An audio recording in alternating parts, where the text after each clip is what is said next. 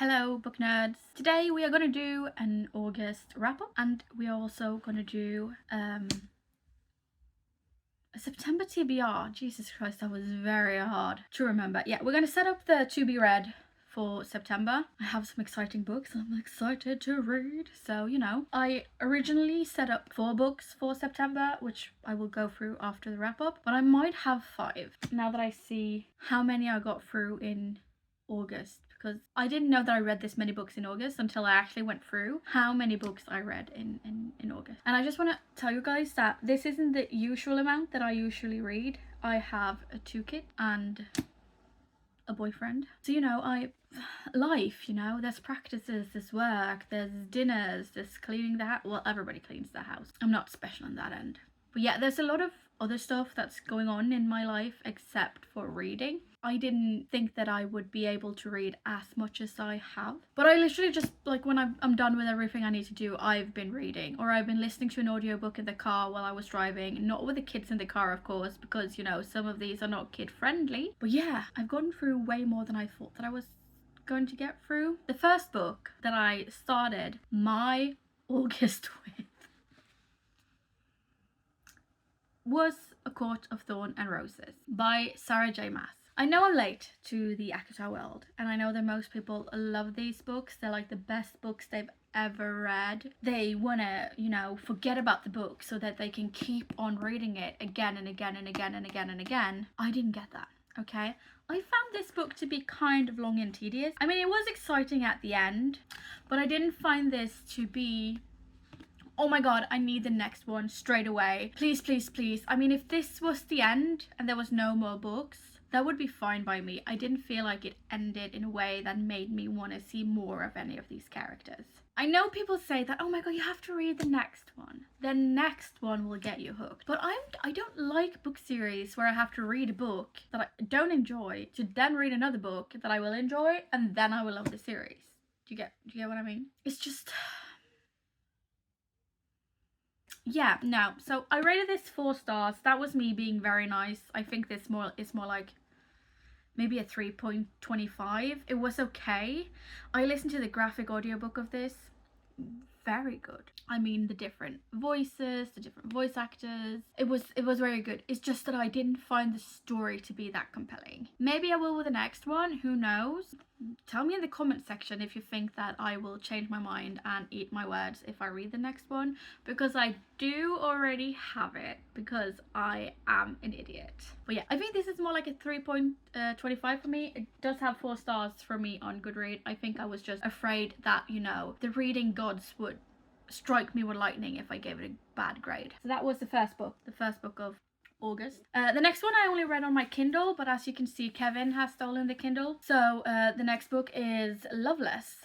And Loveless is a different kind of book that I don't usually read. And not because of the character development in it, because it's character driven. I usually read books that are plot driven, not that much like character development usually. So it was very different for me, and I thought it was kind of mundane to start out with. I felt like I was just shadowing a new university student, and the university student wasn't the most exciting person to shadow. But at like a breaking point in the book, I started feeling for all of these characters. I wanted them to be happy. I wanted them to succeed. I wanted them to find love. I wanted them to figure out who they were in a world where figuring out who you are and who you can be and who you want to be it's quite difficult. It's a difficult age to be at. And seeing her accept herself, seeing her being accepted by the people around her, putting words to how she was feeling, helping other people understand how she was feeling, maybe even how they were feeling. It was such a lovely, lovely, lovely story. I really did love it. I gave it 3 stars when I first read it. I think apparently I'm a pirate now. I think I was a little bit harsh on this book. Like on ACOTAR, I think I was a little bit generous. I was like, oh my god, the High Lords are gonna come and take me and beat me to death. I have to give it 4 stars. I think on Loveless, I was a little bit on the other end. I was like, I didn't enjoy it that much. It was an okay book, but I did actually very enjoy it. So I think that is more like a 3.5.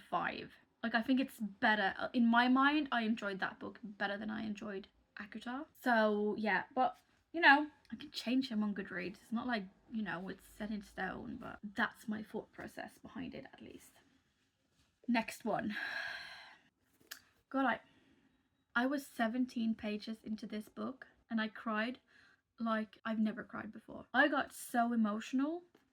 I even messaged my friend and I was like, I can't stop crying. Like, I'm every time I pick up this book, I just want to cry. It's a beautiful, beautiful love story. It has a twist at the end that I did not see coming. On the other hand, I couldn't stand the male character. I understand they are teenagers. I understand that he is broody, and it was probably meant to be like broody and sexy, but to me it was just broody and annoying. So I wasn't like completely sold on this one either. It's a good book. I don't think about it every day, but that's because I don't want to cry every day. But I did cry several times. I think every time I picked up the book I cried. And then I read until I was at a point where I didn't want to cry anymore, and then I just put it down. But yeah, this is also a 3.5 for me. It wasn't the most thrilling book I've ever read. I'm glad I read it, and I do want to read the sequel, because I do feel like maybe that will even tug at my heartstrings even more, because it is, you know, you get to meet some of the same characters. But yeah, all in all, great book. I do really, really enjoy this book. I couldn't stand the male character. But yeah, 3.5. It's a good book. I do recommend reading it. Just don't let him annoy you as much as he annoyed me, because he did really annoy me, and she was super sweet and I loved her. So that's that. Then I read I Hope This Doesn't Find You, which I have a reading vlog out on, so I'm not going to talk too much about it. It's a young adult contemporary book. It's a very good written book. It's a nice young adult contemporary, but I made some mistakes before I started reading the book, which you can hear all about in the reading vlog. So I'm just gonna say it's 3 stars. If you want to know the mistakes I made and how I made them, go look at the vlog. Then we have this monstrosity.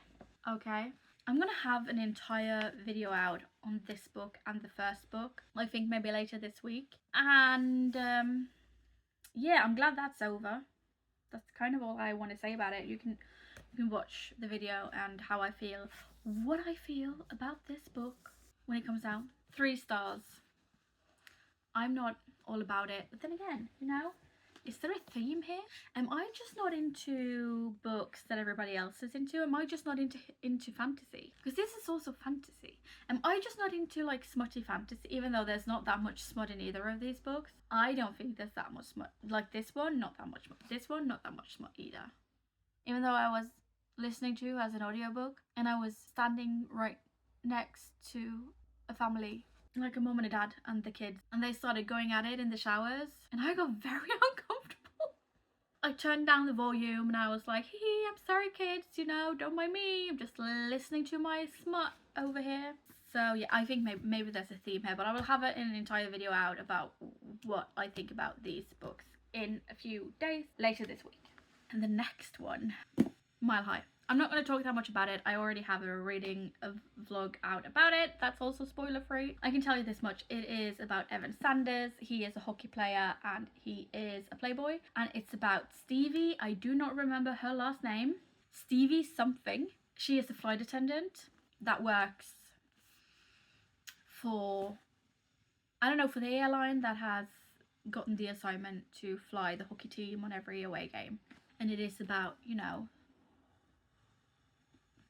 them. I love this book. Like, I loved it. I didn't love it because of him. I loved it because of her. I felt like you got to see her in so many lights. You got to see her stand up for herself. You got to see how it was hard for her to stand up for herself with people she had known her whole entire life. You got to see how she felt living in the shadow of somebody she loved. It was 10 out of 10. I loved it. 5 stars. I couldn't stop. I couldn't stop. I couldn't stop. Okay, after I was done reading this one, I think no matter what book I picked up, I would do it a disservice. And I picked up The Pumpkin Spice Cafe. I was like, small town romance. Oh my god, this is going to be so good. But I don't think I let the characters get the space they needed in, you know, in my head and in my heart to fully evolve, because I was on a high from that book. I should have not gone from a romance to a small, like a sports romance to a small town romance. I should have had something in between, but that's on me, that's not on the book. Okay, this book is the first book I've ever gone out and bought tabs for. I've never tabbed anything in my entire life. It's not because it's like, you know, it's the most fantastic writing I've ever read and it's like, oh my god, that's so beautiful. There's just so many one-liners in this book that made me giggle, that made me, you know, kick my feet and make me smile. It's really, really good writing. One of them is, Logan laughed too, mostly to avoid making any comments about face sitting. I thought that was very funny, okay, especially with the context of what was happening in the book when he said that. So it's just funny one-liners like that. Oh, I'm ruining my book. Okay, whatever. There it is. Okay, so I think I gave it a disservice. There will be a reading vlog out about this one and the next one, Cinnamon Bun Bookstore. I've also tabbed this one, okay? And I'm gonna tell you guys, in the start of this one, there is a playlist. I don't have Spotify. I know. I have YouTube Music, okay? I'm one of those people. The playlist wasn't on YouTube, so I made it. I literally went in and I just copied every single song in this one, made the playlist, put on the playlist, and I started reading. And I think that did something for me. I've never done that before. I've never played a playlist while reading. I usually just have like lo-fi on, so there's like some ambient noise, but nothing to drag my focus. I decided, you know, why not try it with this one, and I'm so glad I did. If you want to hear my full critique of these two, that will also be out in like a few next week, okay? So I'm not even going to tell you what I'm rating them. You'll have to go back and watch that video, but they are also part of my August read, so I wanted to add them to this video so that you guys knew. And that's the last book I've read in August.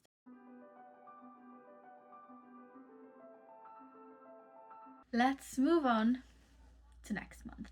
Okay, well, by the time this video comes out, let's move on to this month, because August has gone, September is here, and it's almost time to wake up the guy from Green Day. I have 5 books ready for this month.